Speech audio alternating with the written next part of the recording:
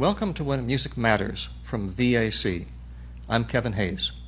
This being the first of our series of programs, a few words of introduction are in order. This program is not meant to be long and wordy and ramble. It's meant to be focused and topical and relatively economical in time. You can watch one episode or 30 episodes, kind of like eating popcorn. Just take what you want and stop when you're full. They should be around 5 minutes in duration. They should focus on one topic. We're going to cover issues of electronics, components, music and human perception, how your system for music reproduction comes together. And in fact, we very much welcome your questions you'd like to see answered or discussed on When Music Matters. So, for the first program, it seems appropriate to look at VAC. What does the V stand for? It stands for valve. Valve, as some of you may know, is the British and Australian word for vacuum tube. And of course, VAC has made equipment that has always used vacuum tubes in the audio circuit paths. Now, why is that? Why vacuum tubes? Well, if you look at the technologies of tube and transistor, they're both extremely mature technologies. In the case of the vacuum tube, over a century old. In the case of the transistor, getting around 70 years of age. And as of this date, the most linear amplifying device ever invented is the vacuum tube. Now, by linear, we mean when you put something in, you get the same thing out. A visual analogy might be a mirror that is very flat and very clear. The best linearity comes from a triode vacuum tube. The second best comes from the better pentode vacuum tubes. Following this, you see the semiconductor classes, the MOSFETs, not quite as good generally, bipolar transistors, much worse. Transistors, by and large, want to act like switches as opposed to like linear amplifying elements.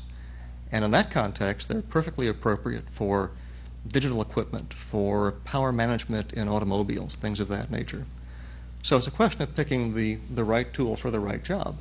And for the best of audio reproduction, the vacuum tube is still the best sounding way to go.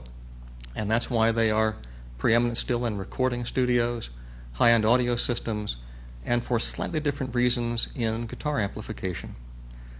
It is worth noting that the vacuum tube types we use are all very common types, and one of the reasons for that is I want you to be able to retube your amplifier 50 years from now. I want you to be able to leave your VAC component to your grandchildren in your will. Some of the vacuum tube types we use have been in production now for approaching 90 years. There's a lot of longevity, a lot of stability to that, which is quite at contrast with the semiconductor world. It is not uncommon for new semiconductor types to be manufactured only for a period of 3 or 6 months and then be discontinued and never be available again. It's a real challenge for those working in the semiconductor side of the analog amplification art.